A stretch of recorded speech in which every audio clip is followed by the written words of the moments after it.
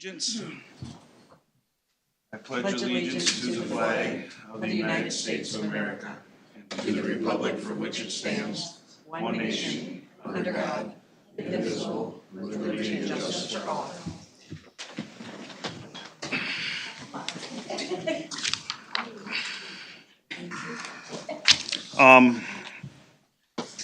We have the agenda before us here. Are there any changes, additions, or corrections to the agenda? Make a motion to approve. Is there a second? So move. Any further discussion?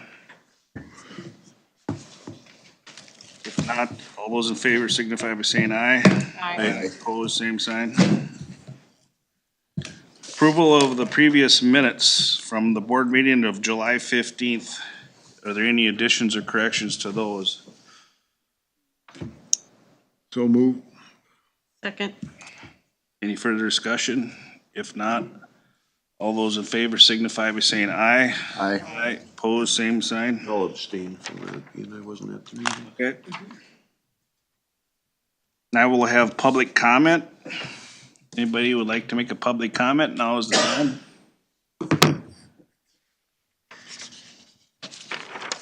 Hearing none, we'll move on to appointments. It's 9:02, we could do that right now. We have the annual Houston County Historical Society presentation, so welcome and come up here and have a seat.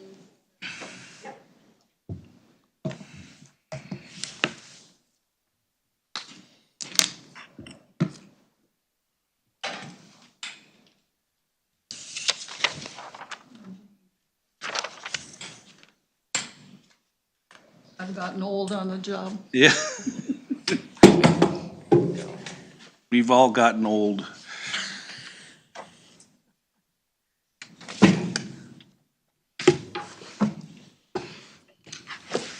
You notice I've got the big envelope today. Yeah, yeah.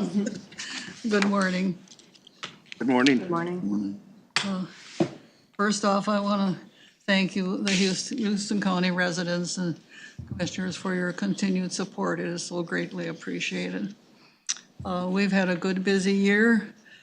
Our big project this year, I don't know if you've driven out by the fairgrounds, but we had the Presbyterian Church raised up.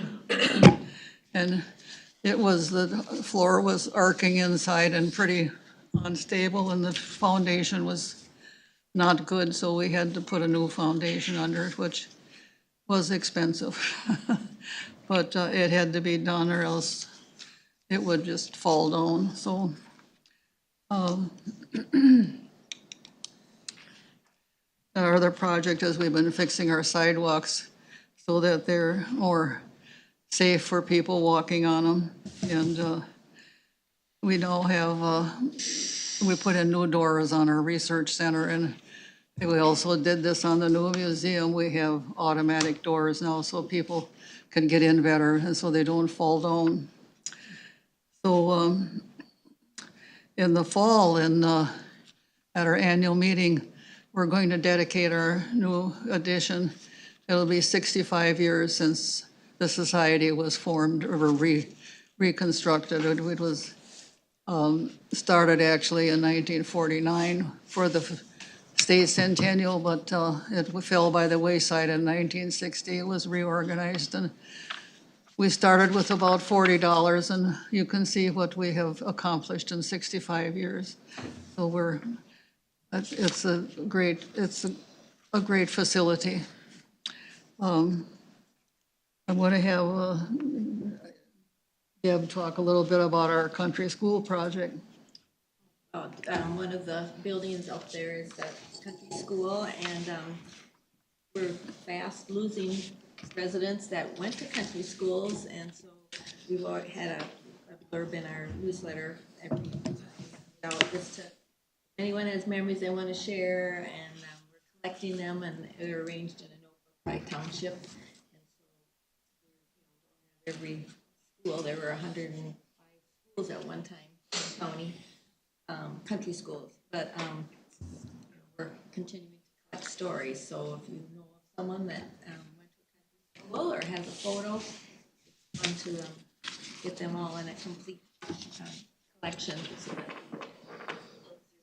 Well, my neighborhood country school got destroyed in the 65 tornado, so. oh dear, lovely story there. Yeah, and it upsetted me because I hear stories that my brothers tell about going to country school.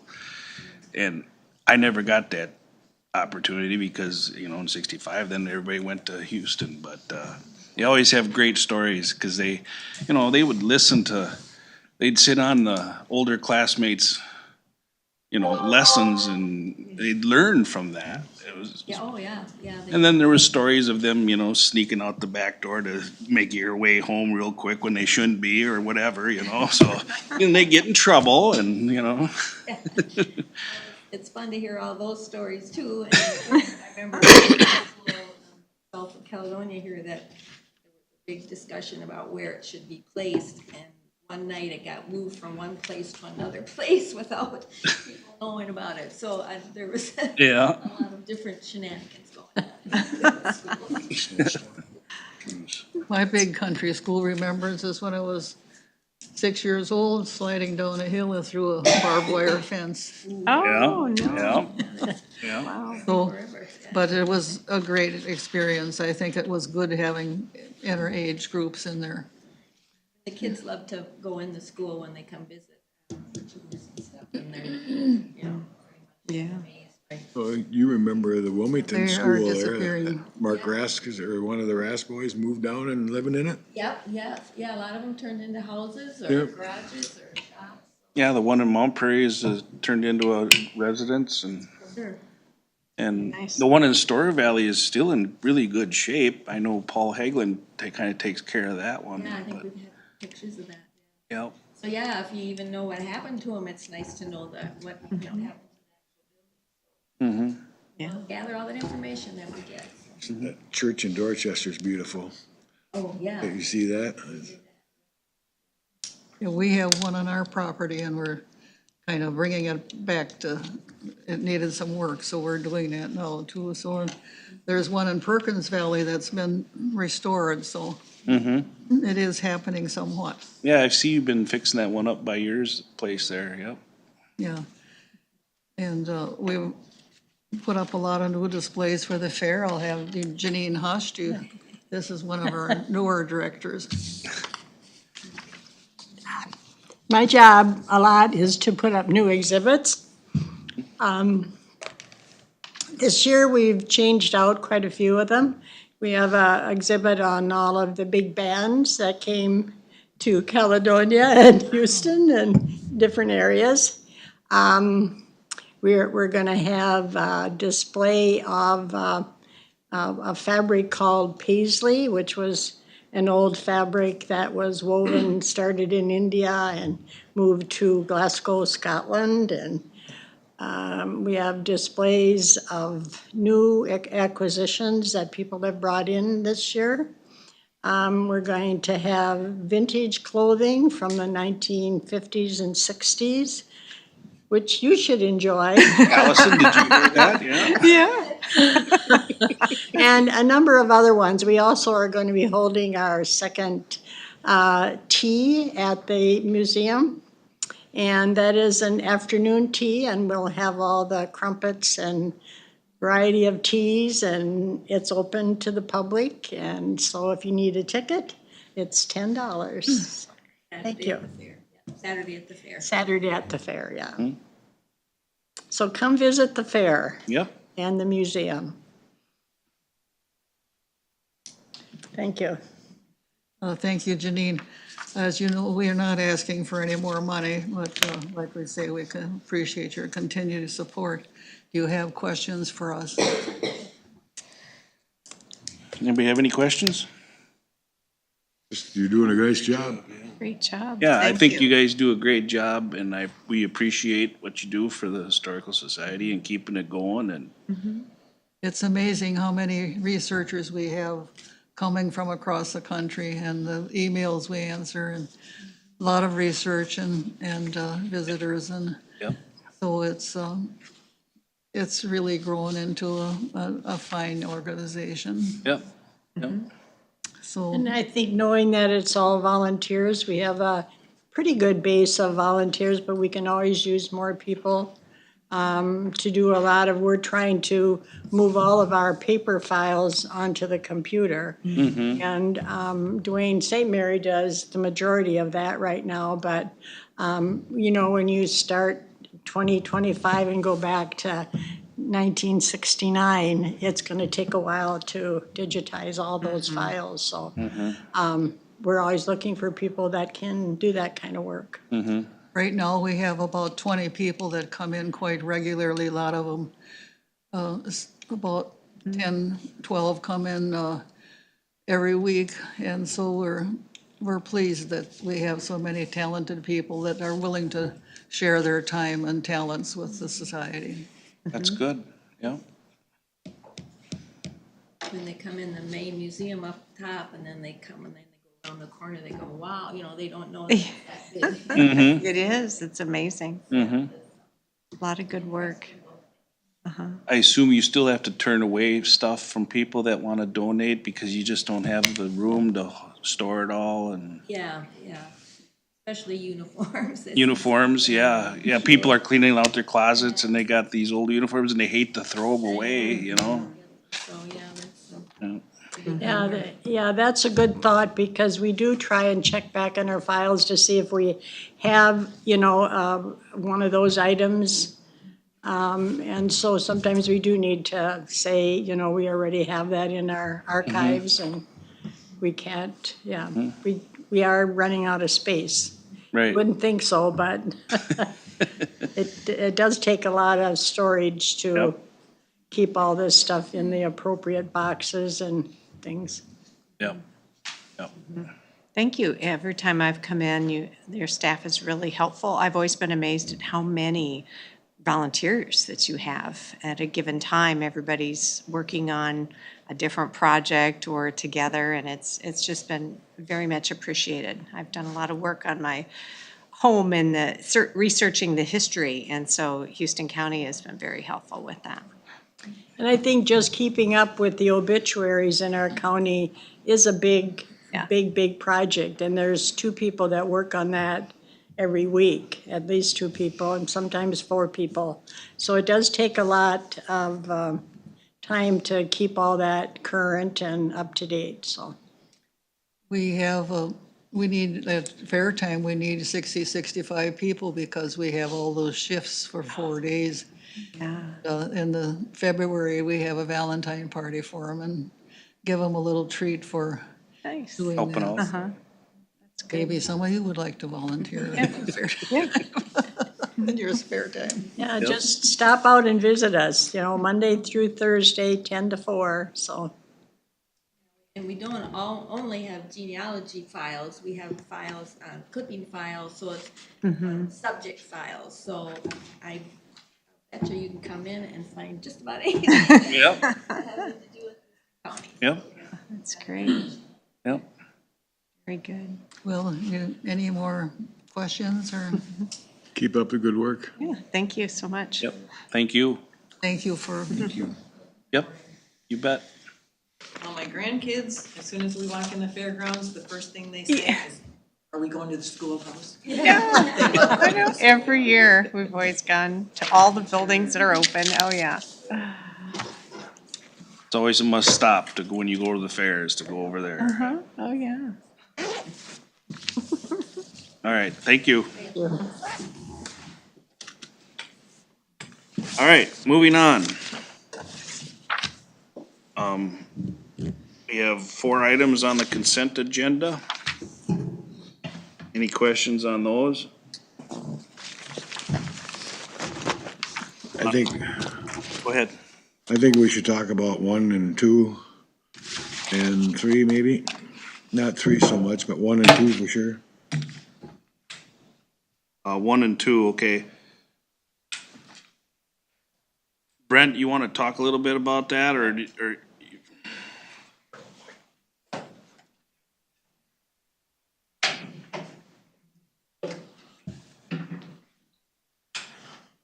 Brian might want to join me too.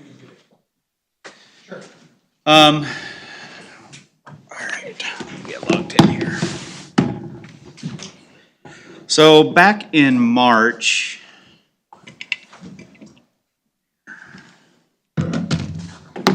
sorry, I gotta get logged into my computer.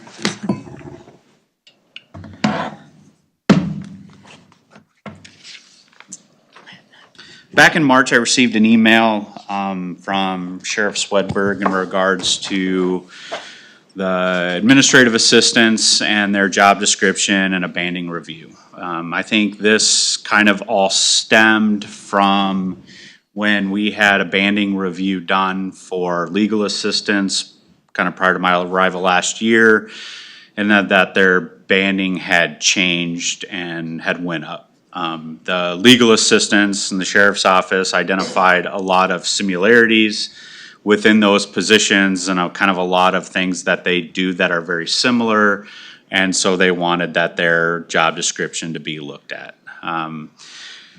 Speaking with Sheriff Swedberg and then also the legal assistants, kind of going through their job descriptions, figuring out what has been outdated, what needs to be reviewed, and kind of taking a few months to kind of examine their overall function as far as how their legal assistants work with the sheriff's office, administrative assistants, and just kind of the overall process, how that works, who does what does, where, and finally coming to an updated job description that, we had that some of the stuff was a lot of very similarities. Some of the stuff was out of it as far as a lot of the technology aspect of it,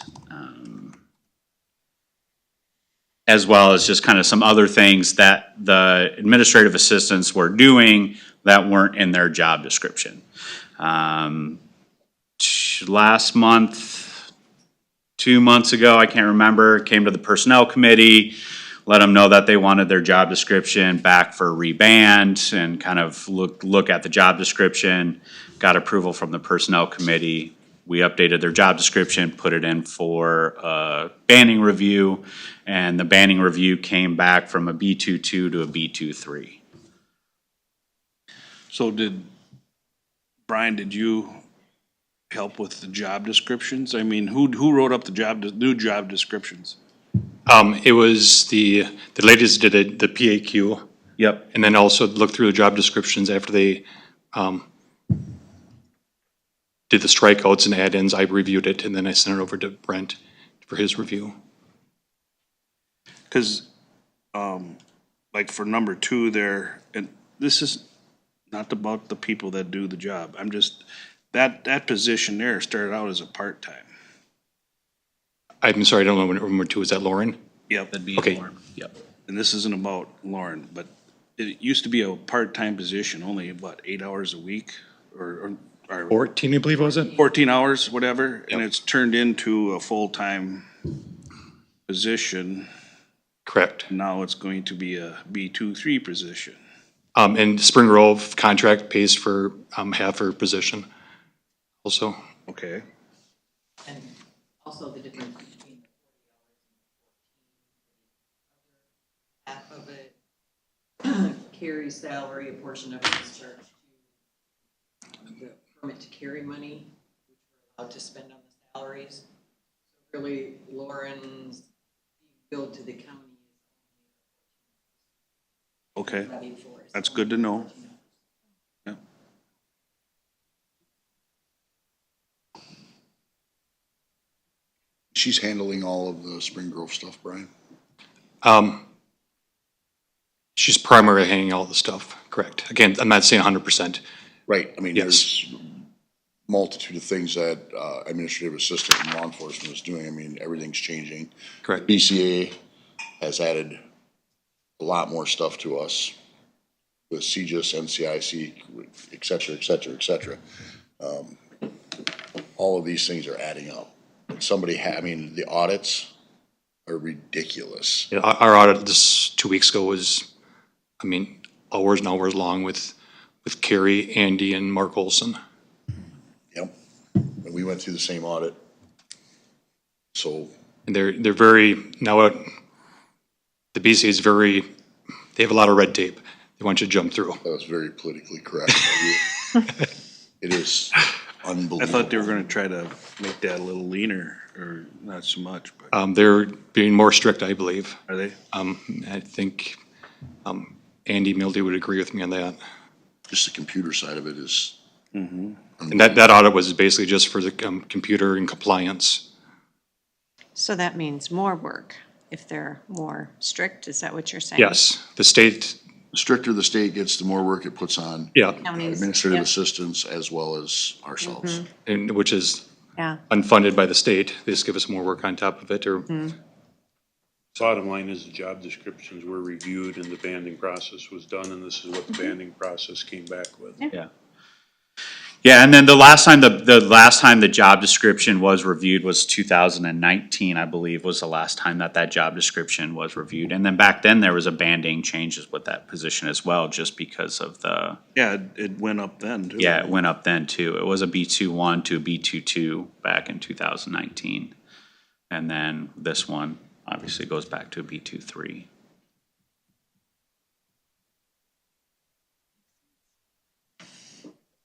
Okay, Questions you have on it, Greg, at all? You wanted to bring it forward here? No, I got all mine answered. all right. it's good. Any other questions on the consent agenda? If not, is there a motion to approve? Is Move to approve. there a second? Second. Any further discussion? If not, all those in favor signify by saying aye. Aye. Opposed, same sign. Moving on to action items, consider adopting Houston County Special Use Vehicle Ordinance. Sheriff Swetberg. morning, commissioners. Mark? Set up here first.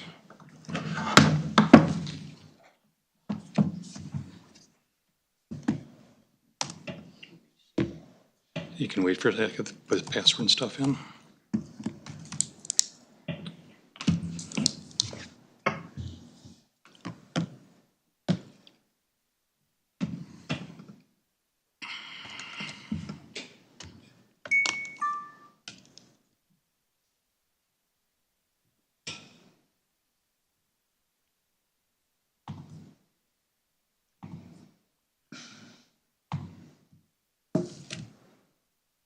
Yeah, I think you should be able to share now.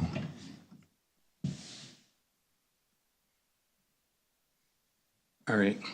So I'm here today to talk about the special use permit and also ask your approval for the ordinance. I just want to go over several things about the permit and why we're doing it for Houston County. So I want to go over a quick couple definitions from statutes. The 84.92 has definitions of agricultural zone. I'm not going to read the whole portion, but basically it's County Road, or Highway 10, straight across the state of Minnesota, and Downs agricultural zone.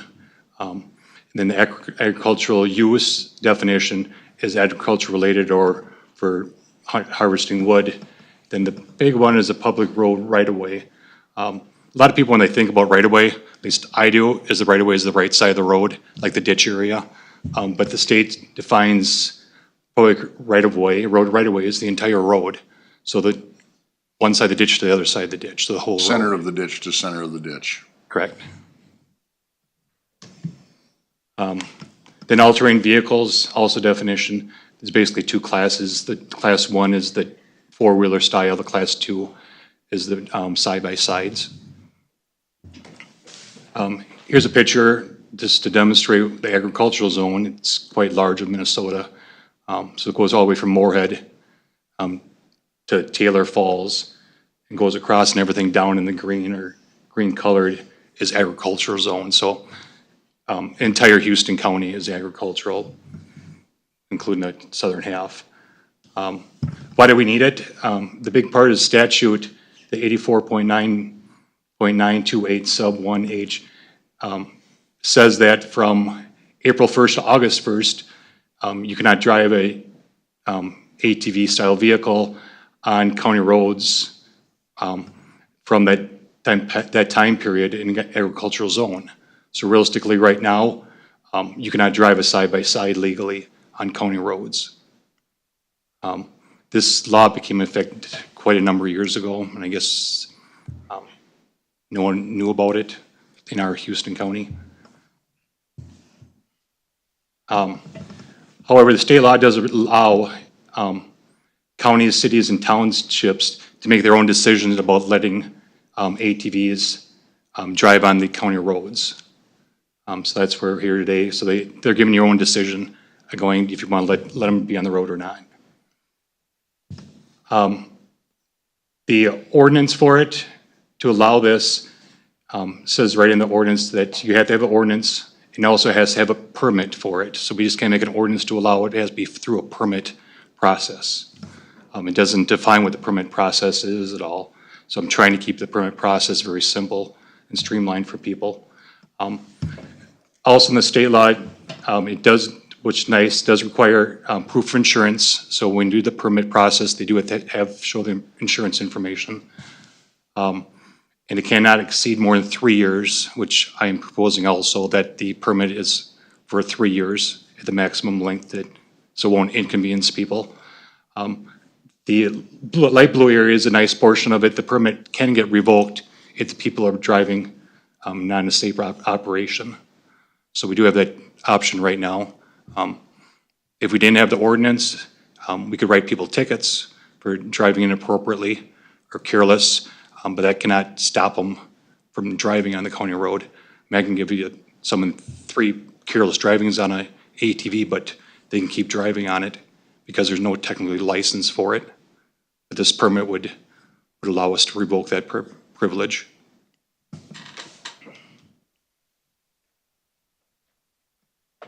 Here's the confusing part a little bit. I just want to point out the statute is confusing or contradicts each other. 84928 operation requirements talks about in the highlight, the person shall not operate an all-terrain vehicle on the road. But then shortly below that, it talks about the person that can drive on the road. So there's this confusion there, and this ordinance would help clear it up, saying you can drive on county roads. This is my proposal, or for the county website. It won't be exact. I'll probably keep it as close as I can to this. Basically saying why we need the ordinance. And then in the kind of red kind of colors, there are hyperlinks that we'd have for people to go into the county ordinance. So they'll be able to click on that. Oh, I don't know if I can push that over or not. No, I don't think I can. Do you know how to? Push the hyperlinks over.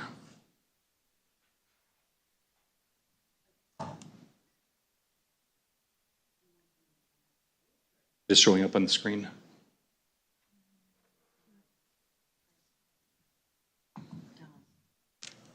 No. On the side, on the right side.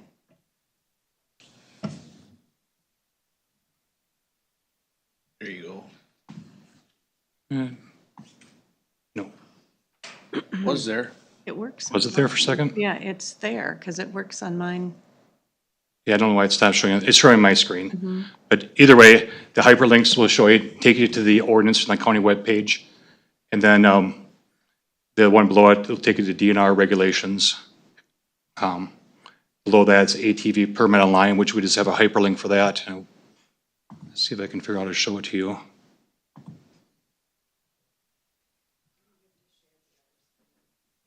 Do you know how though? Because you're sharing PowerPoint. Yeah, Sharing. what's that? Share. Like Insurance. it says that. Nope. I didn't share it though.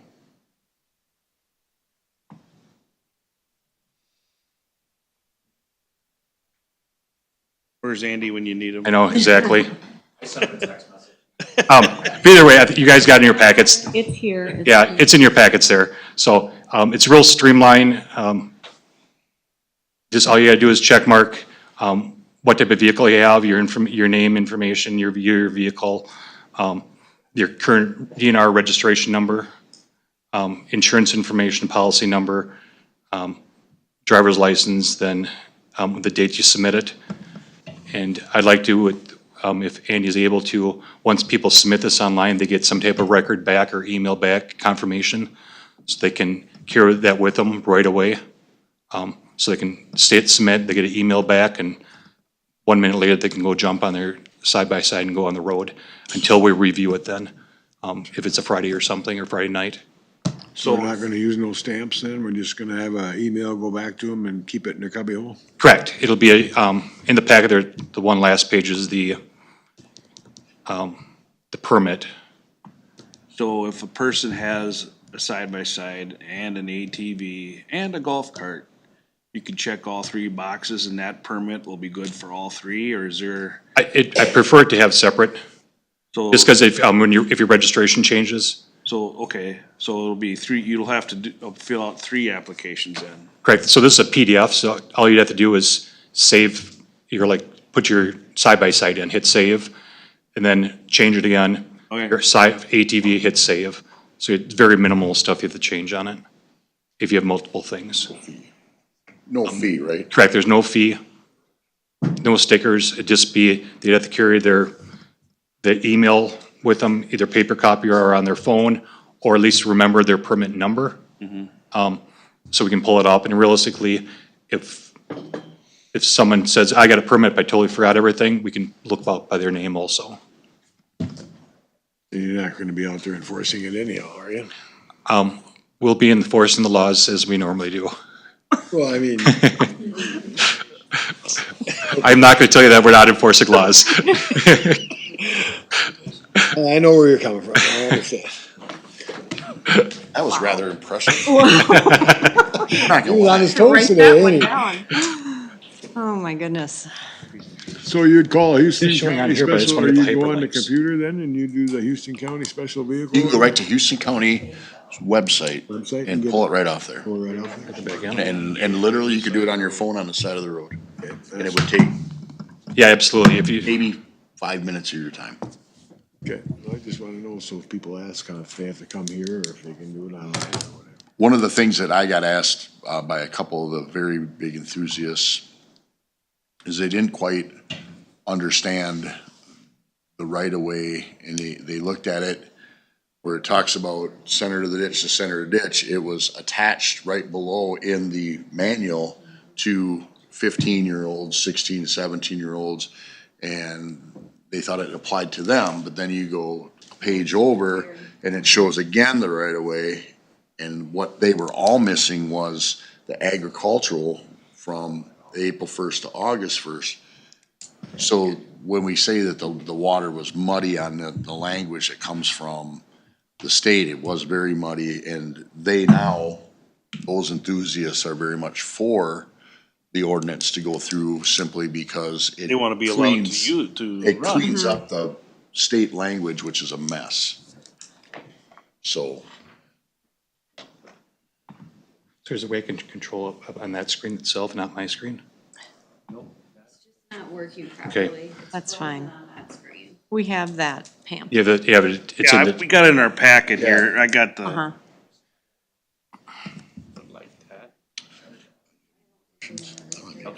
no, it's all right. Fine. Thank you. We've seen it. no fee. Yeah, it's all in the packet there, so you can see it. And then also in the website, I also have a question and answer in there, and it'll see in your packet too, some of the questions, Frequently asked questions, yes, you thank mean? you. Use- Yep. yeah. Very nice. For people, and I would keep that up, for people to ask questions, a lot of questions. As Commissioner Zender was talking about the statutes, some laws are made good, but then they start changing them and they start adding things on top of other things on ordinance and statutes, and then it just confuses it, because they're just adding layers and layers and layers. They're sometimes not cleaning the whole thing up, they're just adding to it.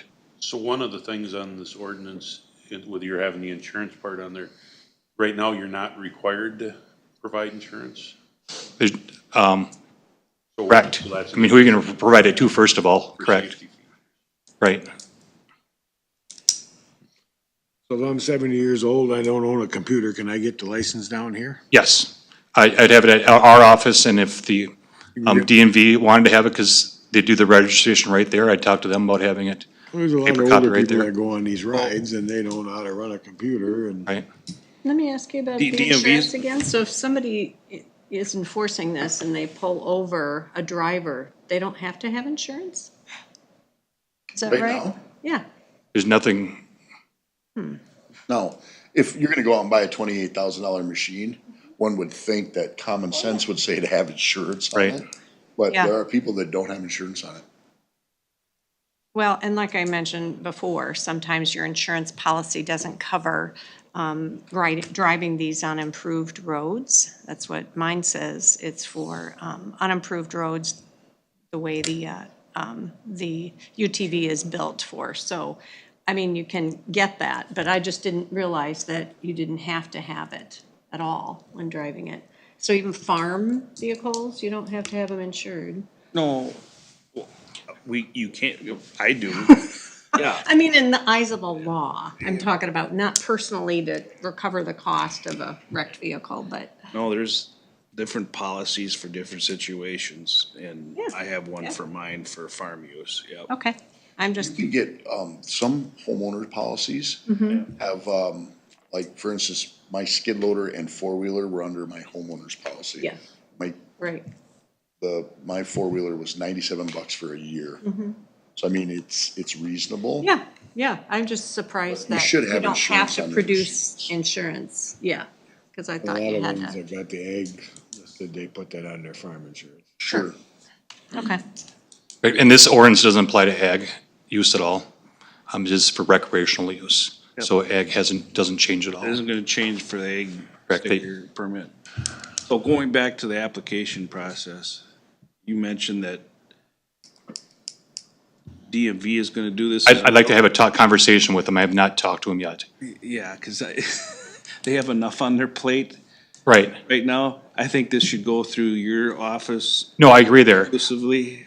I just want to make it so when People people are gonna register, come they there. know. They're gonna come there and say, I want a special use ordinance or permit. Right, They can say, you need to go over to the sheriff's office. right. That's why I'm trying to figure out how to help people make sure they know they need to get a permit Right, when they come and register their new vehicle or register their side-by-side or do the tabs on it, that they know. yep, That's what I'm trying to get at. yep, okay, yep. I mean, if it's. long as they're not Even a little piece of paper we put out there Yep. or something on their application Okay, saying, please stop over if you want to register your vehicle all right. for county road use. so the mock-up of the form that you have, the registration form with all the information, is that to be carried in the vehicle? No, just the just- permit or permit number. It's just for the permit, because that has insurance and driver's license number and all that? Yeah.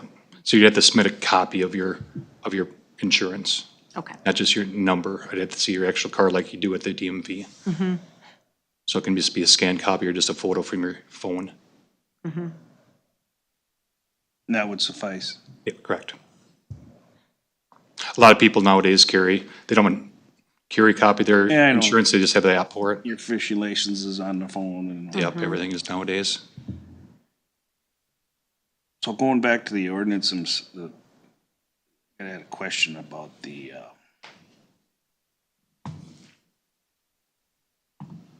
where is it here? The language that you specifically point out, with this in there, North Pine Creek Road, Highway 6.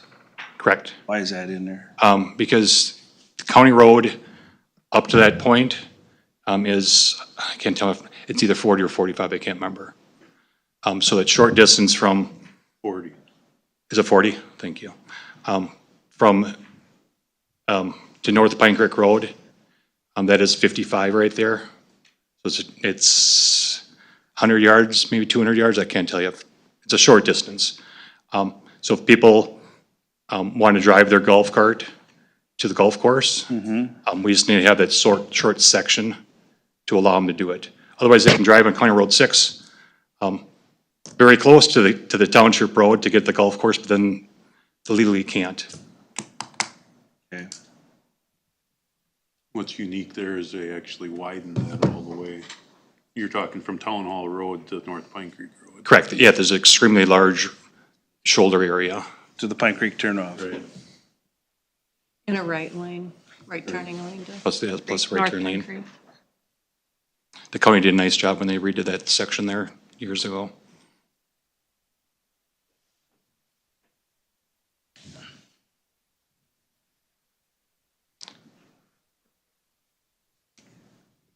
State law doesn't have anything on township roads for like golf carts, so that's why we put in there.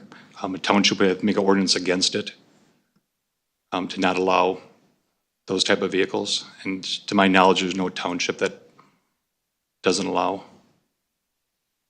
They don't have anything Correct, that I know of. that I know of. I've never heard of it.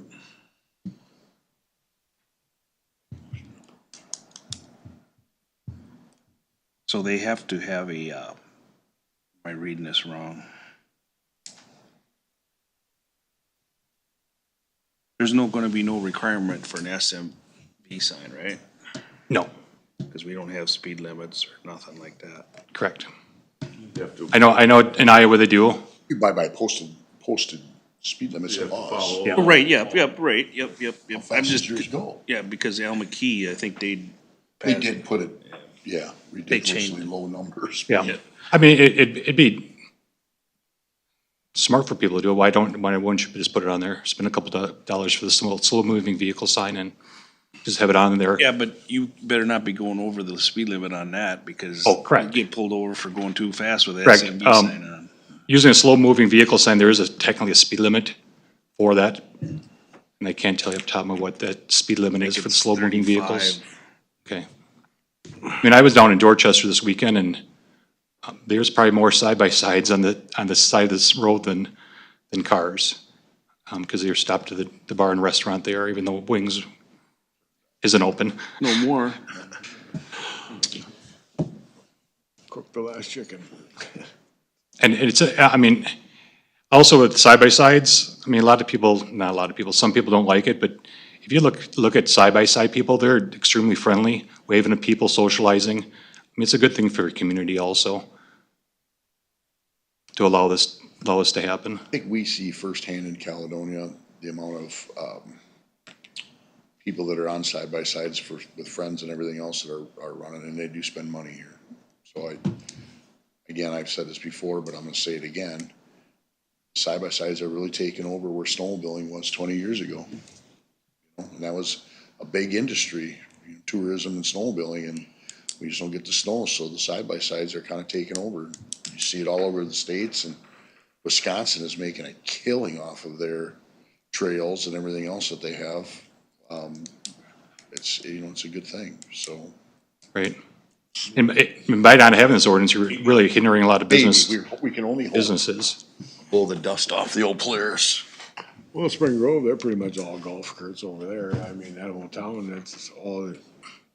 And I've talked to the city administrator in Spring Grove quite a bit since we do law enforcement there, and they have no intention of removing their ordinance. They're more than happy with it and the revenue for their business in town. Permit process in Holka on the golf carts and UTVs. Right. And also in our ordinance, it does say, if you already have a permit from someplace else, it's good for the county also. So anybody has the Caledonia, Spring Grove, all the other towns, So you don't need to get this? you don't need to get it, correct? So if You already have a permit through your town, They got a permit from Fillmore, that's good over here. correct? So any other government permit besides the regular DNR registration, it's good and would be good in Houston County also. So how's this gonna work if we were to pass this? What is it's gonna be for 3 years from starting to January, so are we gonna just have a temporary until the 1st of January here and then reapply, or how? I'm not sure what you're asking, I guess. So people, if this gets passed, Yep, people start submitting their permit application, it's gonna be 3 years good for that, from that date? yeah, I'd like to do it from that date. Otherwise, my feeling is if we do it from like January 1st, Yeah? it'll overwhelm our staff to get that many Okay, so permits. you want them staggered? Yes, Okay. And that'll work well with your software program if you're doing it through LETG, because you're gonna assign the ICR number to the permit number? Is that Correct. what I understood? Correct. That would And be- the case number will have the date on there also when, So if I buy mine tomorrow and my dad buys his a month from now, in 3 years, his is due a month after mine, so you just gotta know when it expires. Correct. Just So, like your driver's license. Just like your tabs on your car. yeah, to a degree. I mean, are you gonna be sending out reminders, or you're not? no, we're not. I don't know if any municipality does. We don't send out reminders. And realistically, if, our deputies would come across somebody, that their permit was expired, I almost guarantee they're gonna just tell them to get a permit or get it renewed. What we used to do with ours is if they didn't have it, you had, 2 weeks or something reasonable to. Correct. Well, Kind of like the version of it, like a fix-it ticket type, Friendly reminder. yeah. well, you got online, so you could take your telephone, probably get your permit right there. You absolutely could. Absolutely, if you had reception. I guess I would like to see a little bit, if we do pass this, of, maybe doing some checking and some, so we keep it under control. Sure. If that's what you guys were interested in, we can definitely talk to the deputies and ask them to do that. I mean, the checking, we just can't stop people with checking like Right, the old yeah, days problem. snowmobiling. But yeah, Just look the other So you stop and check them for this permit and they don't have helmets. What do you? That's part of well, the state law. that's part of the state statute on that, about Doesn't probably helmets. Stop them, so, Minors have to have helmets. Correct. right, right through the DNR. You have to have a driver's license to be on the road. Can't have kids, 12-year-olds running the side-by-side. Yeah, absolutely not. But even if I had my Has to be size grandkids approved. in the car or in a side-by-side, they gotta have helmets, correct? I didn't hear all, yes, anybody in the vehicle, juvenile has to have a helmet on, yes. Under the age of what? 18? I believe so. Okay.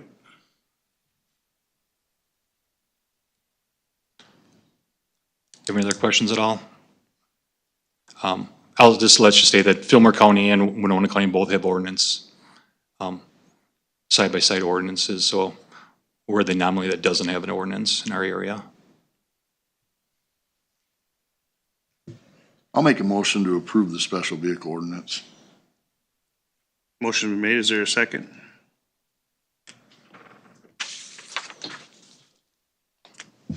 I'll second it. Any further discussion? If not, we'll have roll call. No, District 2. Yes, in light of the fact that April 1st to August 1st, nesting season right-of-way requirement. That's why I say yes. 3. Yes. District 4. Yes, concurring with District 2. District 5. Yes. Okay. Thank you. I And appreciate all the efforts that's been put into this and moving it forward, and understand it may be needed, but I'm just voting because, no, because I still think that it's been brought forward for a minority of people, and it's affecting the majority of drivers on the road, but I will support the ordinance, of course. Respect that. And I do agree with you guys about the ordinance. I don't really want the permit process either, but it's the only way that we can allow people to be on the road is through the ordinance and permit. Well, you'd have to shut it all down from April 1st to August. I mean, How many more deputies can I get? When, does So- anybody know when that went into play? I don't know. I'm sorry, That April to August? it must have went in, It's always been that way? no, it hasn't been all that way. Because Fillmore County, I talked to the sheriff over there, they got their ordinance in 2016 area. And currently their ordinance does not have the permit process in it.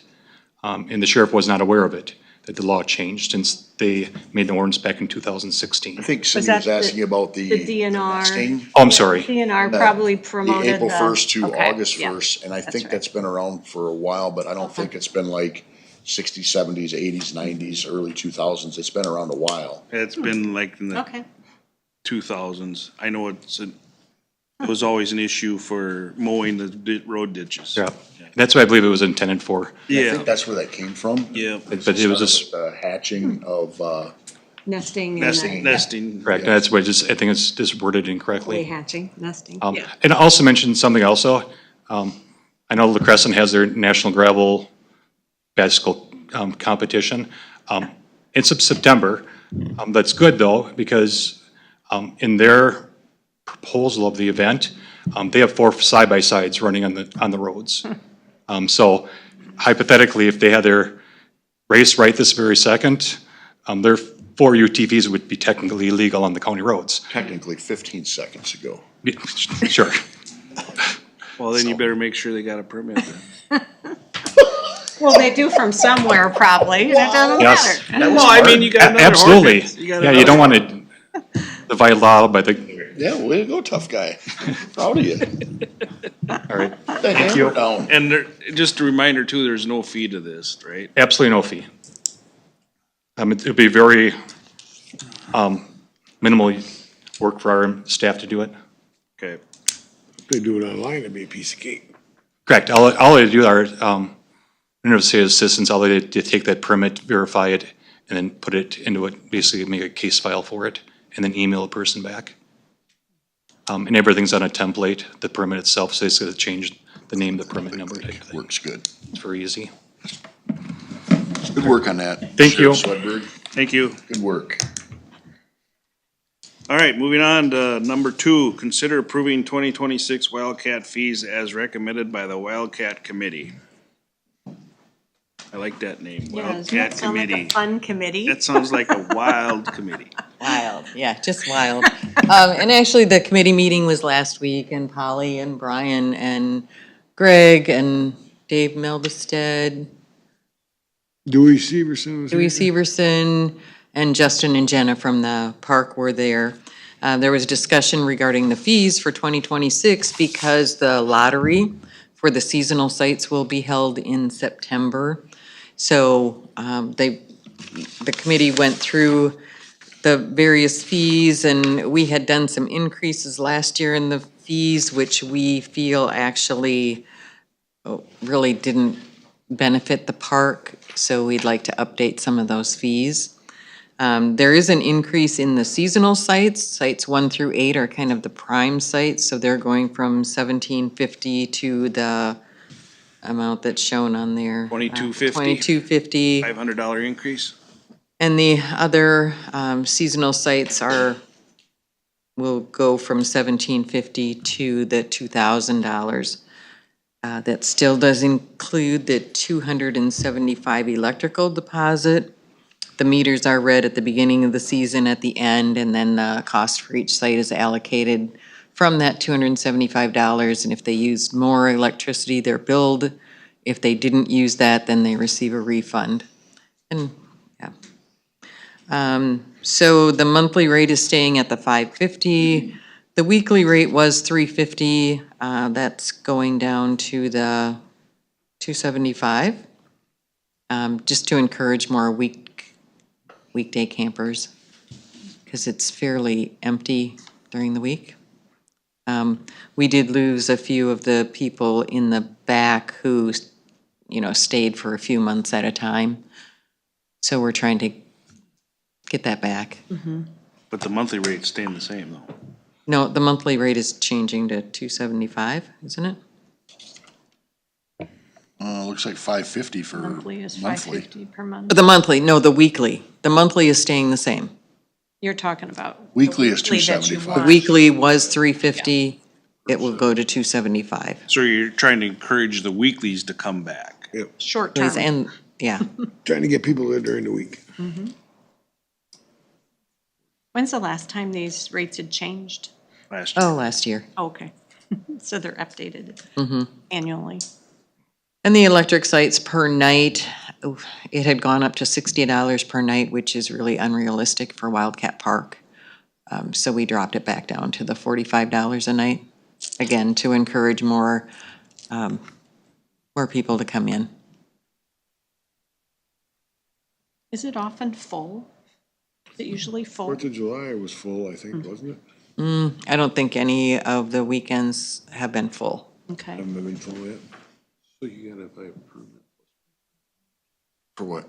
So that's the request. They won't go into effect until January Launch- 1st. Launch your boat down there, you gotta buy a $25 permit plus pay $5 every time? No, you can buy a season permit for 25, or you can pay $5 each time.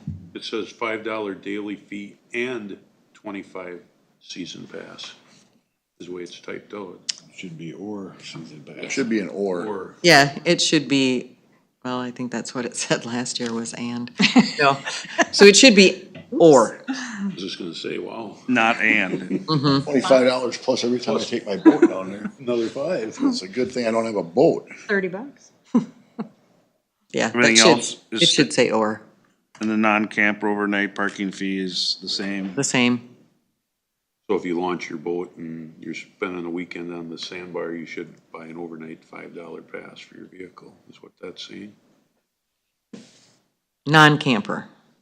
Okay, so if I have a $25 launch fee and I'm gonna go camp on the island, you pay another additional $5 every night your car sits there. Right, So if, yeah, you go out Friday and you got it there Friday night, Saturday night. right. You're not camping at Wildcat, you're camping at an island. $10, To park there. yeah, which is reasonable. Right. And that's been in effect for years, Ever. forever. Are these prices very comparable? Yeah, we did a lot of checking. Okay. Yeah, We compared a lot of Goose Island and all kinds of them around the area. So the cost isn't the factor in how many people are camping there, probably? Most of the costs are higher than ours. Okay. Yeah, I don't think. well, we lowered ours, so. 50 is unreasonable. No, I don't think so Have you either. had much Flying feedback Goose are from the paying seasonal people on the increase or not? So this is. They haven't been notified yet of the There'll be increase. More bitching about the lottery than there will be about the increases. I already had people call on the lottery. It's gonna happen. I didn't, Yes, tell them yes. yes. Call Eric Johnson. I'm not on the Wildcat Uh, committee. And call the Army Corps of Engineer, but they'll say, oh, no, that's not our idea, that's the county's, but it is their idea. It's just fun yeah. to say. Yeah, everybody passes the buck, don't they? Yeah. Oh, yeah. I mean, this was the route that was chosen by the county to make sure that we complied with the having it available To the public. to the public. Everyone, kind of even. Everybody has a Unfortunately, it's fair the only chance. fair way to do it. I think there are other ways that are done in other kind of parks, but this worked for Houston County, for Wildcat. Then after the lottery, you can have a one-time swap. If you and another camper want to switch spots for some reason. It's one time, right, Carol? Polly's more up on the, One time? One time per lottery season? Yep. People can swap one time.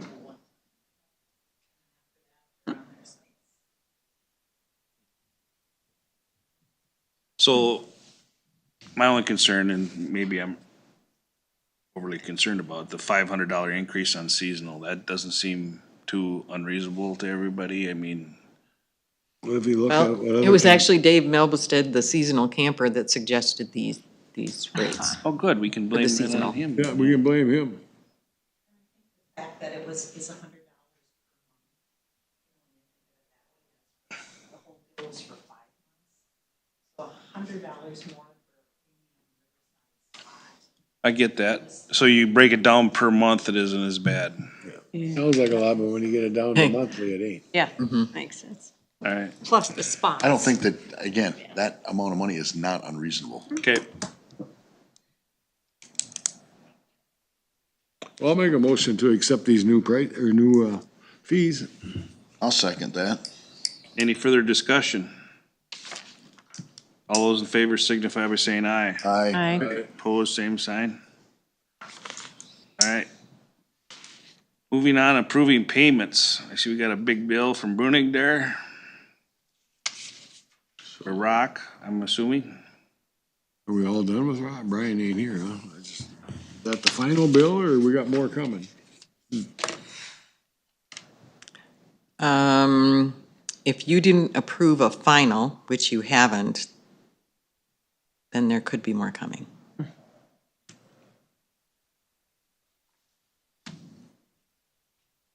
Yeah, because I know they're gonna need rock for some replacements. They're doing a culvert down in, Well, I don't know if they do a final on that. I can check with Brian and, I'm sure they're gonna need some rock in some of their spots yet, because they got a couple projects they gotta do. mhm. So I think there's probably gonna be more rock bought. So what's the Enterprise Trust car sales? Highway purchased one of the vehicle that That they were the lease leasing. ran out. Okay, The lease was done, so they did the buyout. that was $5,700?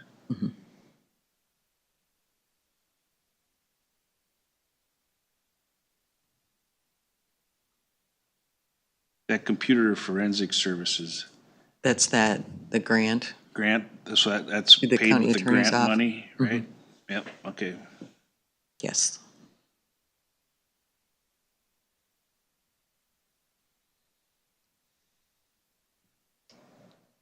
How long is I'm asking question? What's the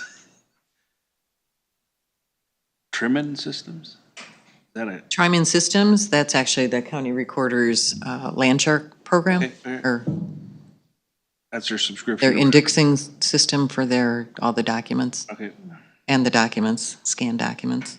all right. Is that an annual? Yes.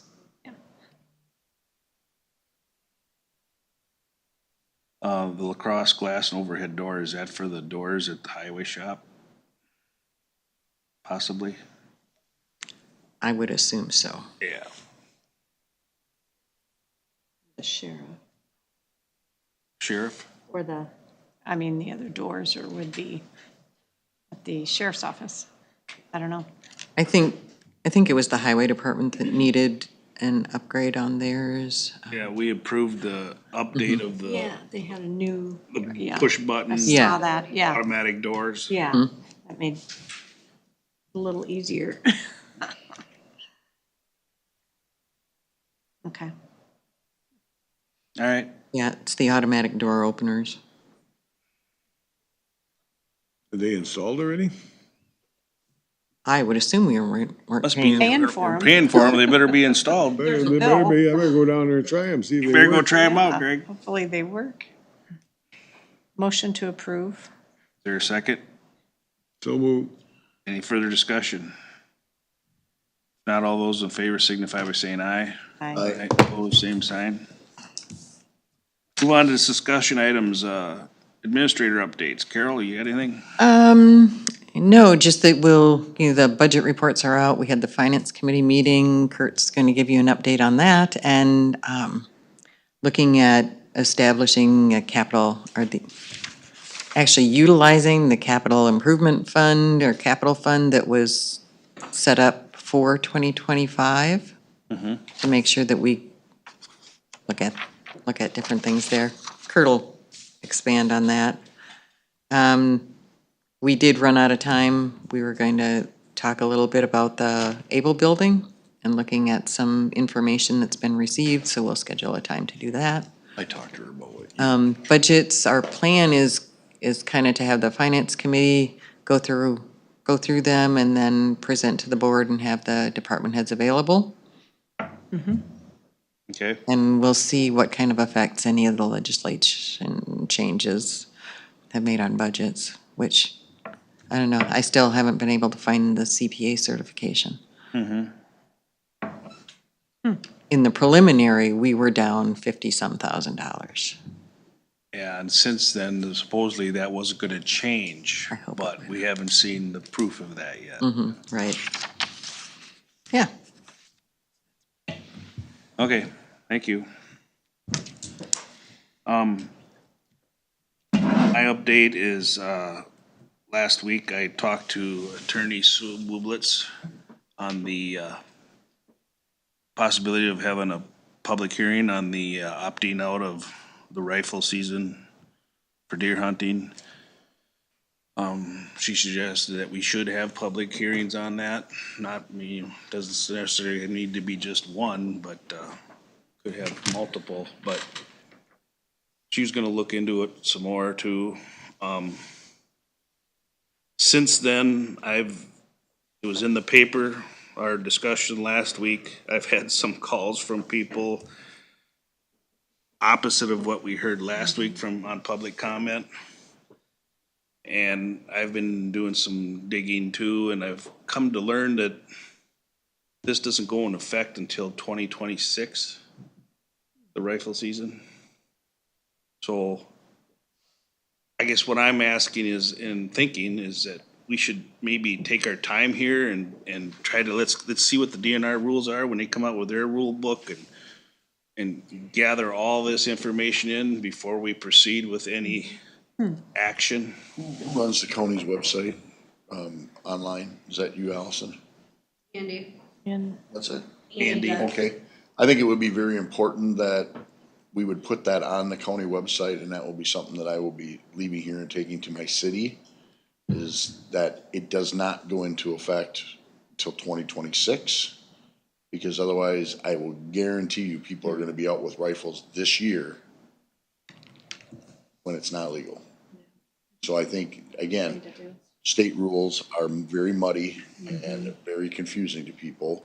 So I feel that we need to make sure that we are, if that is the case, and we have What- documentation for 2026, that it's gonna happen then, that we need to make sure that that's publicly known, and then I would agree that we can look at this. I don't believe that we need to do a moratorium on it, but I do believe that we should have some hearings, not just one. Right.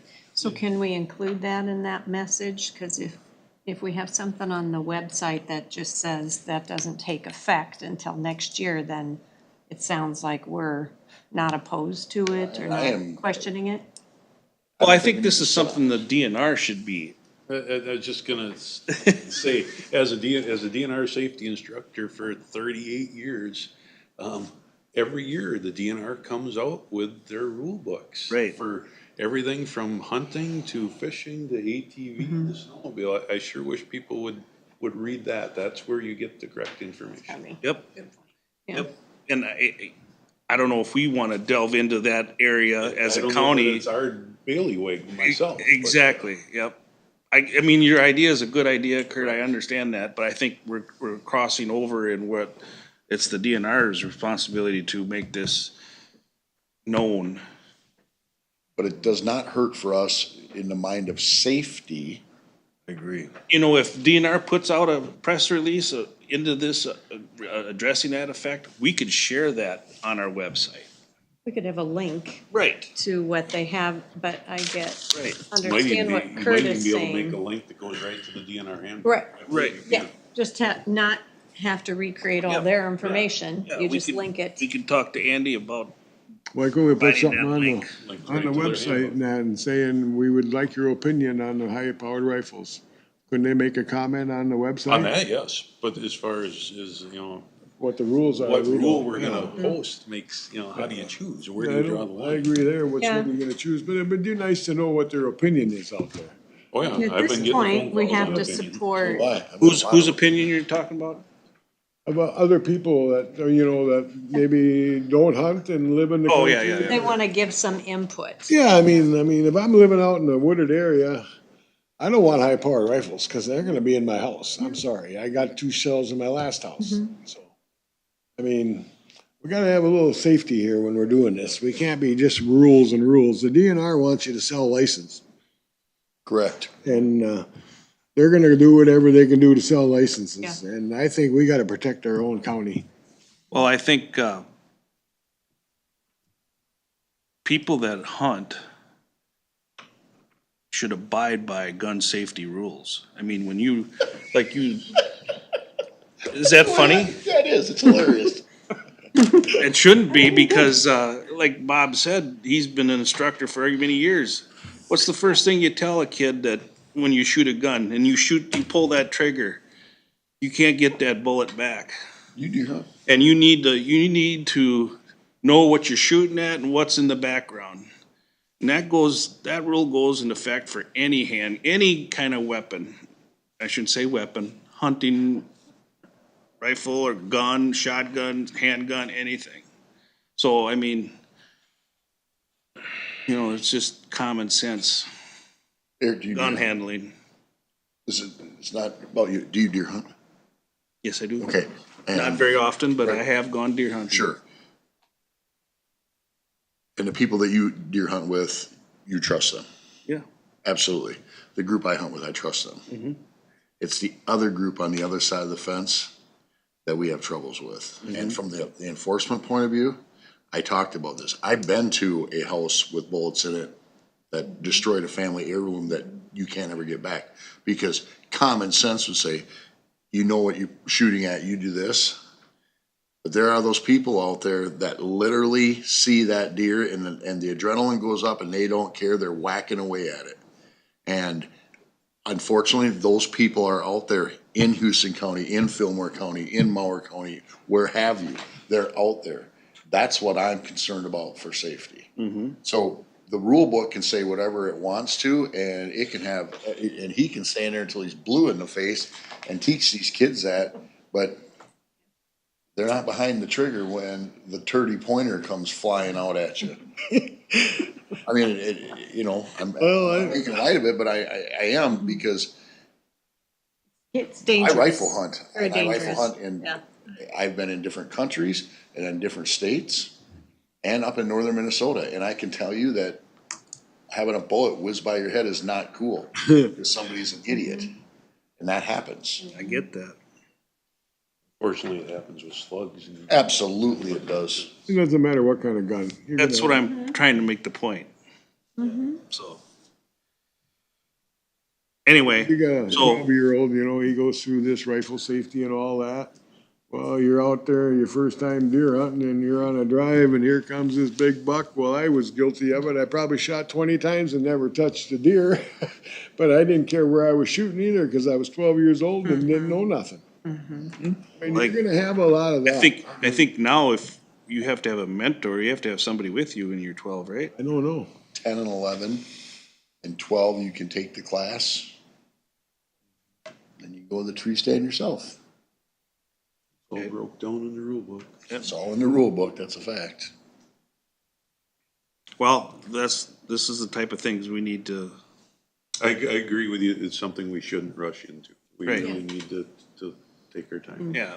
But When I is heard that we had till, I mean, it wasn't in effect till next year, then that, yeah. Yeah, is that widely known? From the last meeting, I was thinking that those guys, we were talking about this season. It seems to sound like we And need to do that's, a something lot of that tomorrow. is because when the DNR comes out with their updated Mm-hmm. manuals. And it'll all be in the first 3 pages, they have what's new, what's changed and, For sure it will be. Yeah, I just think when we put something on our website, if it's not just providing information, it sounds like we're endorsing it. So we have to be careful of how it's written, you I just know. don't think it's a problem that we should have a problem with. Reminder, read the DNR rules on if we can make a Laws. hyperlink to that. That, yeah, or then hyperlink it's it to generic, the yeah, that's a generic neutral. as it be, just to remind people. And then Not a bad verbally, idea, obviously, yeah. verbally, I will be reminding people that this does not take effect until then. So, Actually, we've got a whole year to work on it, more or less, you might as well say. Well, it's good though, because then now we don't have to deal with it in the next month or so for this season. Well, if we do it, we wanna do it right. Yeah. You know, we don't wanna step on nobody's toes. Yeah, I mean, we got a lot of time to research this, so. and maybe it'll change? No, I guess if it's in effect for 2026, it won't change until after that, Unless they change it in the legislature. unless something I happens. also was told that it was gonna be like 1 year at a time deal, and I don't know if that's true, so those are the things you gotta figure Huh. out. I don't know. Maybe somebody was just. I don't know if it was the supposing that, opting yeah. out was only good for 1 year, or if the rifle season was only good for 1 year at a time. I don't know. So those are things that we need to hear from the DNR on the way they figure that out. Other than that, we had land use committee this morning, had a lot of good discussion. Bob took some notes on that. I'll let him report on that. Other than that, that's all I got. Commissioner Myrie, what do you got? Well, we had a personnel meeting there and we talked about some stuff in the zoning and we should do some different stuff there, like changing the variances. And then the feedlot. There's been a lot of discussion on feedlot permits and how they operate. I mean, if I got a feedlot permit and Bob has a feedlot permit, neither one of us should have to get a variance to build. Cause that's, when we put that feedlot permit in there back when Rick Frank established that, it was put in there so the farmer that has a feedlot permit doesn't have to get a variance for anything to build. And that was kind of the why they had to have the feedlot, because most feedlots would like to change it that they gotta have 35 head in them instead of 5 or 6. You know, and there's a few things we could tweak there, and I think it could be better. You discussed this at the personnel committee? Yeah. Well, I mean, I ain't gonna tell you any more about it, but I mean, that's something we gotta look at, Okay, because so it's interfering with our, you're referring to the people that have feedlot permits that shouldn't need a permit, variance to do what? To expand? yeah, Or yeah. That's why it was put in. are you talking about people that are building next to feedlots? No, they gotta get a variance, but the Yeah. guy that has a feedlot doesn't have to get a variance from the neighbors to build a shed. To expand? Yes. I think that's a state rule though, isn't it? No, that was put in, Rick Frank put that in, I think, on the last land use plan. It's been I know there's some, it's in there, we just gotta dig it up and find out. Okay. I've asked him a couple times and he said, yeah, it's in there and that's why they put it in. So if a farmer has his own feedlot, well, we have a situation out here, a neighbor wants to build next to a feedlot. They both got feedlots, permits. And now they want him to get a variance from the feedlot. Well, why should he get a variance from a feedlot when he has his own feedlot permit? Yeah, but he wants a variance for what? Building a house? House, barn, anything. See, that's a different situation though. You're building a house Not expansion. closer to a feedlot. You need to get a variance to do that. It doesn't matter that that guy already has a feedlot too. It's the neighbor's feedlot. But if the farmer wanted to build a new house, tear his old one down, build a new one, he shouldn't have to get a variance. For his own feedlot, you mean? Yeah, I mean, he's living in his feedlot, he wants to replace his house in the feedlot. Yeah. Why does he need to get a variance? He knows what he's building into. Right. So it's just a formality that you have to go through. It probably usually isn't an issue, so. Well, we've I don't- had some issues in the zoning on it. But it depends on where it is too, where the proposed building site is. Well, we'll have to look into that. Well, I mean, that's something we gotta discuss maybe somewhere along the line, because they're over, I mean, could change a lot of things there and make it easier. Because if you look at all the variances that we're gonna have next week are anywhere from 10 to 30 feet. And if you move that back down to 10, you eliminate all that paperwork. Yeah, now you're talking about setback variances, Yeah. it's a different subject, yeah. Same, pretty much variance is what that is all about, setbacks.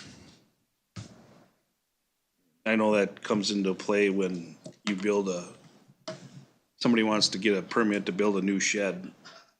And they look and all of a sudden they say, oh, well, you got this old shed here that's been there forever.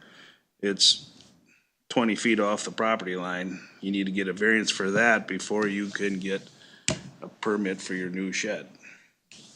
And so, We gotta tweak that. yeah, we talked about reducing it to 10 feet, but then I hear from people that, oh, no, you can't be doing that. I don't want that closer to my property. I want it 50 feet from my property. So that's a tough one. I don't know. Look at it differently. Yeah, Everybody's gonna look everybody at it. looks at it differently. And if you look at the towns, what is it in town here, Kurt, 10 feet? That's not my department. I don't know. I believe cities are 10 feet. Unless somebody's shooting in there. Well, it's a little, that's a whole different ballgame. Yeah. We're talking about buildings, not shooting at people. Shooting the wall. And I think Eidson's 10 feet front on the sides and the back, and front's 35. Yeah, I think 35 sounds right off the front of the property. I know it's been a lot of discussion on feedlots.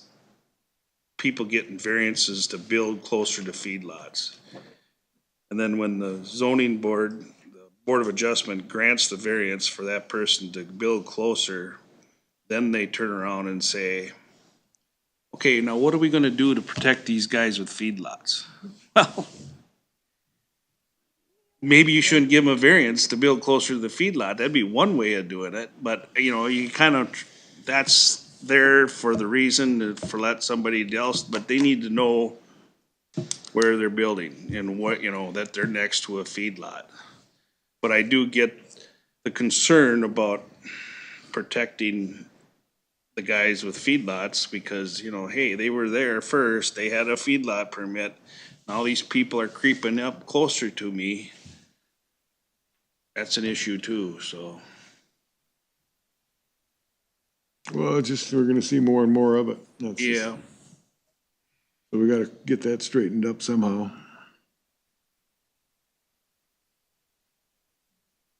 okay. Anything Yeah, else? That's about it, I guess.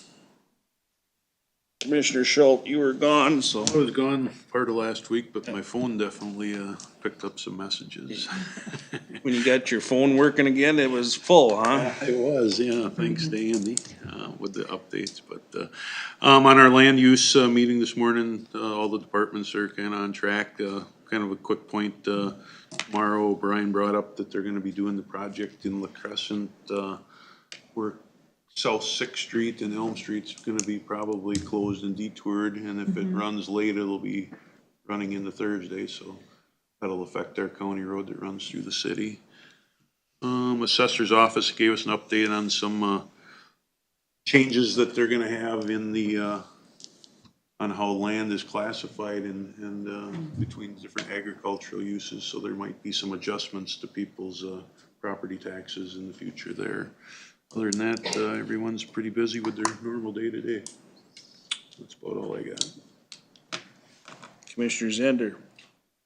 Finance, airport car got brought back up again. The Yukon that was the sheriff's, that went back to the highway department is sitting there. That was what was discussed about the, using that as the airport courtesy car. I did talk to my mayor, and, administrator, and they'd be willing to work something out with, getting something set up so that we can get the courtesy car up and going out there. Insurance part would be on the city side of it. And then maintenance would be on the county side of it for that vehicle. So that's something that we should probably get going and draw it up, so that we can get something over to the city and get it approved so that we have it, because I think it would be very important to have that out there. Allow people to come in and have breakfast here in town or lunch. We got places that are fun to go and eat and good food. Might as well utilize it, maybe get a little more traffic in our airport, because we're one of very few airports that don't have a courtesy car. And this isn't a new vehicle. No, it's the Been Yukon around. that Brian had, so I mean, it's a hand-me-down, but it'll work good for that, so. So the county attorney's involved. I think we should get the county attorney to draw the agreement up between the city and the county. Yeah, that's what needs to happen is Brian was. I thought that was already kind of in the works. Brian, as in Road Brian. Yes, was supposed to be doing that, but he kind of busy feller. Okay. But yeah, that needs to, and we discussed that with, Mrs. Schrader this morning, so she knows that we can put a little bug in her ear to go on that. Capital outlay, we talked about this morning. We need to start looking at we have a capital outlay fund, correct, Carol? Capital fund, yeah. Capital fund. Putting vehicles, sheriff's department, human services, assessors, putting these on a rotation so it's in the capital fund and building on it is going to probably bring our maintenance costs down on some of this stuff. We do it for the city now. They have a really good plan put together. We know when we're gonna be replacing things. It's budgeted in, and it takes the guessing game out of it. Running these things into the ground is ridiculous. As I explained in finance this morning, we hit about 95,000 on a squad car, and you watch our maintenance start doing this, the costs. And when we hit a certain point, we're gonna trade them off and get optimal trade. I mean, the one squad I talked about, $5,500 and $6,500 trade in. Well, $6,500 trade in on a $4,200 vehicle or $42,000 vehicle, that's a significant amount of money coming off, that's coming out of taxpayer money. So planning ahead and making set, and like road has X amount of time on a grader or a snowplow that they have a replacement plan. But putting that countywide is taking the guessing out of it. Oh, we don't wanna replace that, well, you can't run them into the dirt. So it's less of a burden in the long run, and we need to start thinking about that when we get into our budget season this year. We kind of started doing that since we've got away from enterprise, haven't we? I mean, Enterprise was kind of got us started, so now we're transitioning away from there, so we want to keep that going. right, yep. With the Okay. vehicles, but maybe there's some other areas too for capital fund. Looking at maybe roof replacement or whatever. We know that this is gonna come up. Let's start planning for it now and putting some money aside now. It's easier to swallow, well, I'll just throw a number out there. It's easier to swallow $25,000 a year than it is in 3 or 4 years ago. Now we're gonna spend $250,000. No, I understand that, yep. I mean, I think everybody gets that. Just It's the just process to get in place. Yeah, more it so just- to look at. streamline it so that it doesn't hit so hard on a levy. Caledonia Fire Department had that set up and it worked out beautiful for years, and then Yep, they and then got it, dropped. Who dropped it? 3 administrators ago, she took that away, that you can't have that, and that bit us pretty hard. Well, that worked. I mean, you knew when you had the fire truck, when you had to replace one, you knew it, and then you had the time to get the money together. And when the time come, you had the truck and the money both. Well, and here's the thing. And you can't, how do you predict that? Let's just say you have and I'm just throwing a number out there. You have a $50,000 truck payment every year. At the end of that cycle, you're already paying that 50. So the old adage was that at the end of 25, this truck is gonna be paid off. Which truck are you going to replace? Because it would need to be replaced, because you're already got that built in, and you should, even if we're gonna wait 2 years to replace anything, we're gonna keep putting that 50 away. It makes sense instead of saying, oh my gosh, now what are we gonna do? Because that makes no sense to me. Well, given today's prices and inflation, Well, yeah. 50 ain't enough anymore. 100%, you're 100% right. I probably won't But buy it's just tires. I'm just That's when throwing people numbers. start saying, hey, we can't be doing this, trading all the time, or, because it's too darn expensive. But I get what you're saying, you need to plan I ahead. mean, I don't know who implemented that, but that worked really well. I mean, Bob Nelson had it I think, going on, and should get him- he was a hell of an administrator, I think. because he had it set up when the time for that truck to be replaced, we had the money. Yeah, Mayor Schrader, when he was the mayor, said that truck is gonna be paid off. You better start looking at upgrading the next one because the payment is set. Well, we put in, I think, I was on the township back then, and we put in, like you said, 40-some thousand dollars for truck payments and maintenance. Yep, And whatever was left over at the end of the year went into a kitty for the next truck. yep. And that's something we should get into, I think, because that's, it worked well. And I think it would, maybe have a positive increase or a positive effect on setting our levies, It would help a lot, so. because we know when this truck is gonna have to be replaced. And just knowing those things are gonna come up is just keeping it in mind.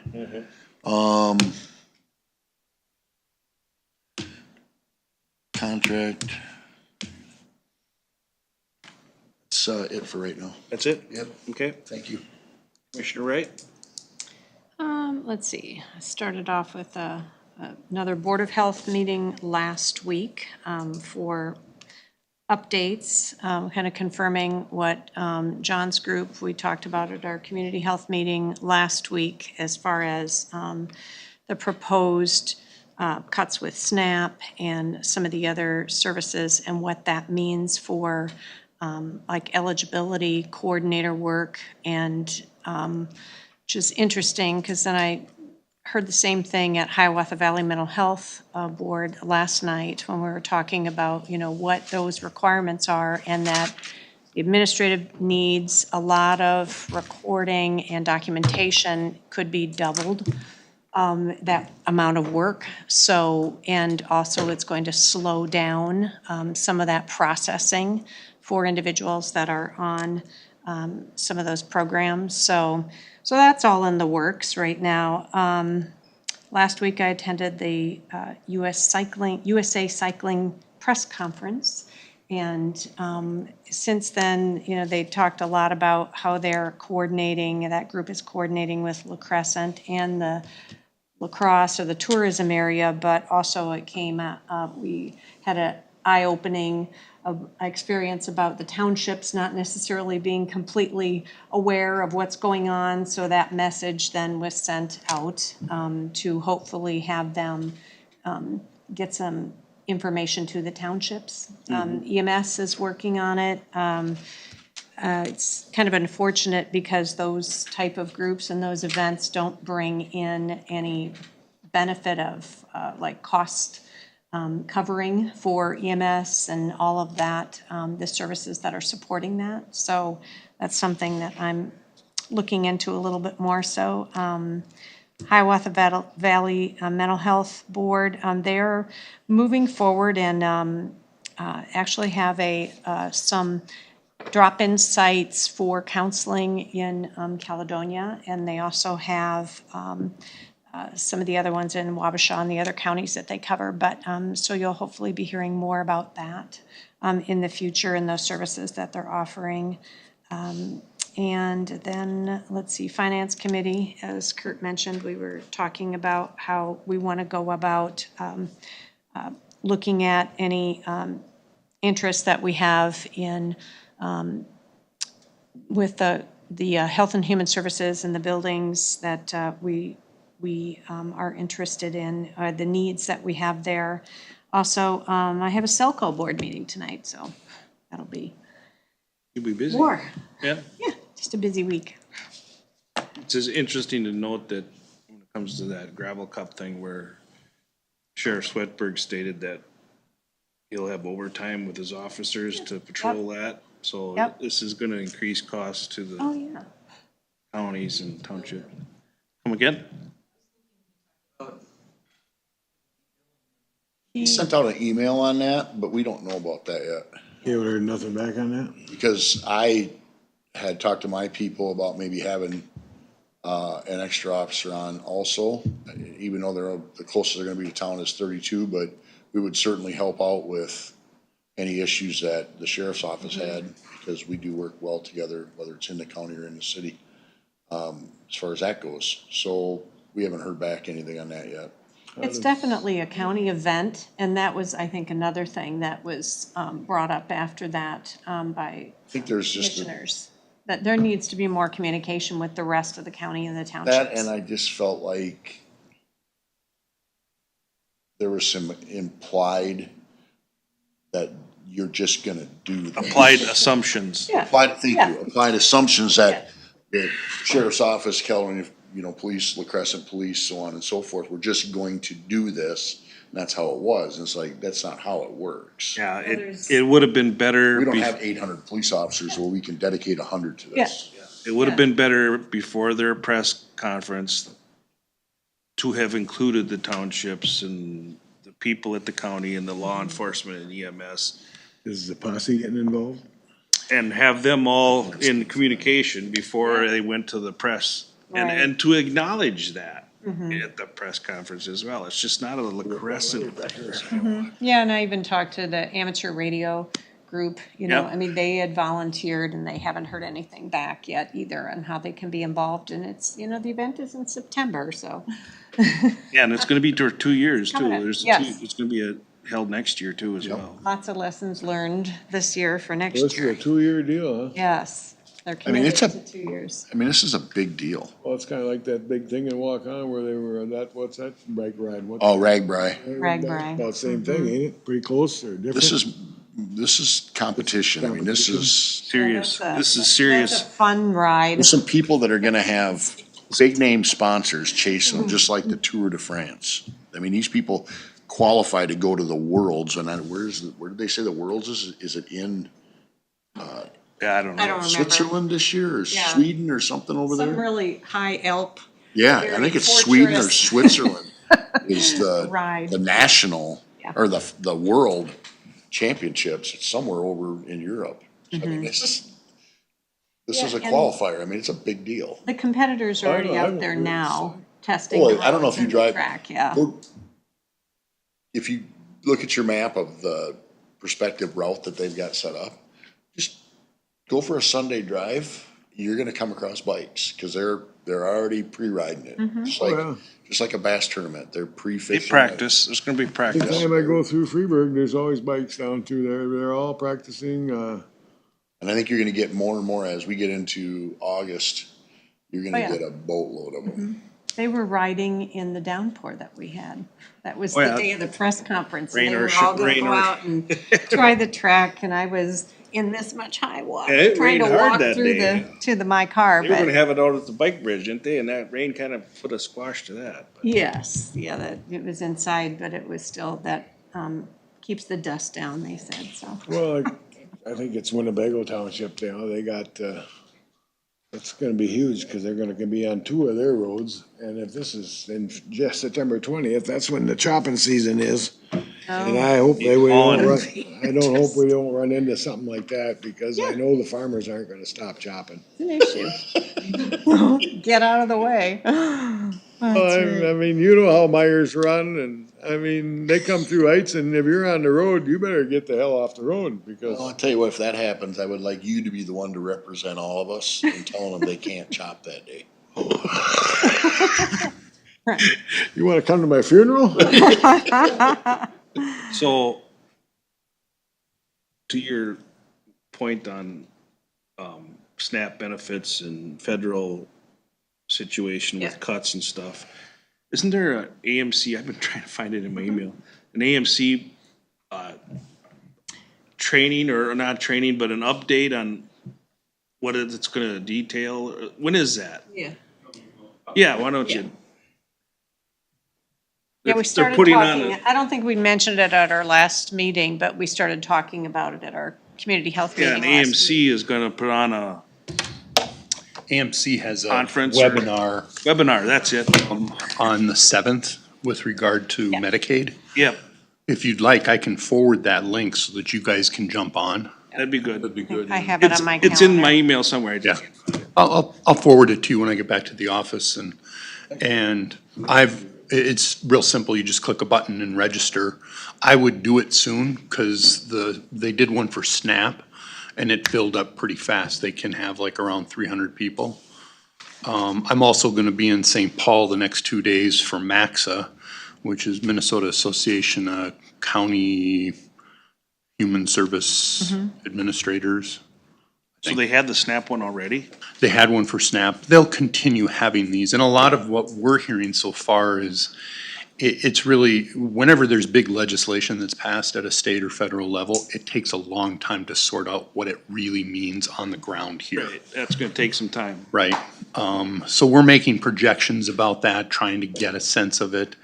The SNAP one that was in, big takeaway that I got is that there is some stuff in state statute that defines if the feds have a sanction for whatever in SNAP, the state and the county shares it.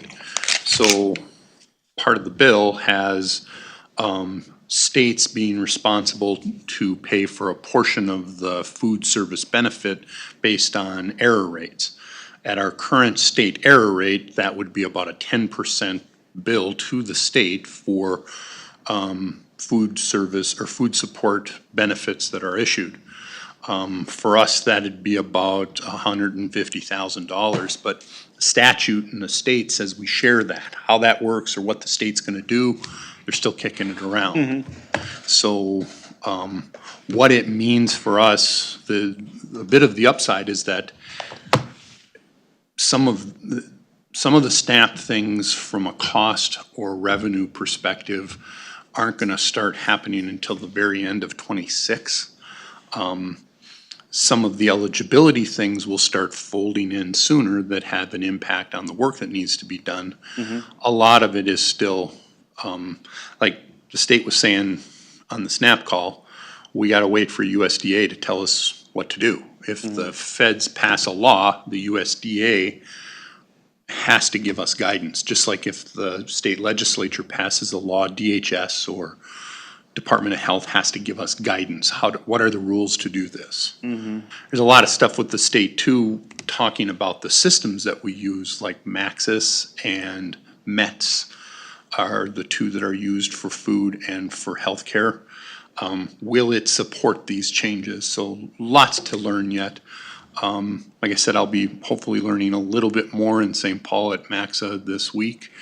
And then August 7th, I think it's at 9 o'clock, is the AMC Medicare conference. And I'll forward that to all commissioners. Sounds good. Thank you. Wish I had more. But we'll get more. Bring home some It'll be money. coming. We'll get more. It's gonna continue to unfold. And so as we get information, we'll definitely be sharing that. I don't think they had much on that agenda for the 7th because they wanted to wait until the Yeah. changes take place. so. Yeah. Okay. Okay, thanks. Anything else?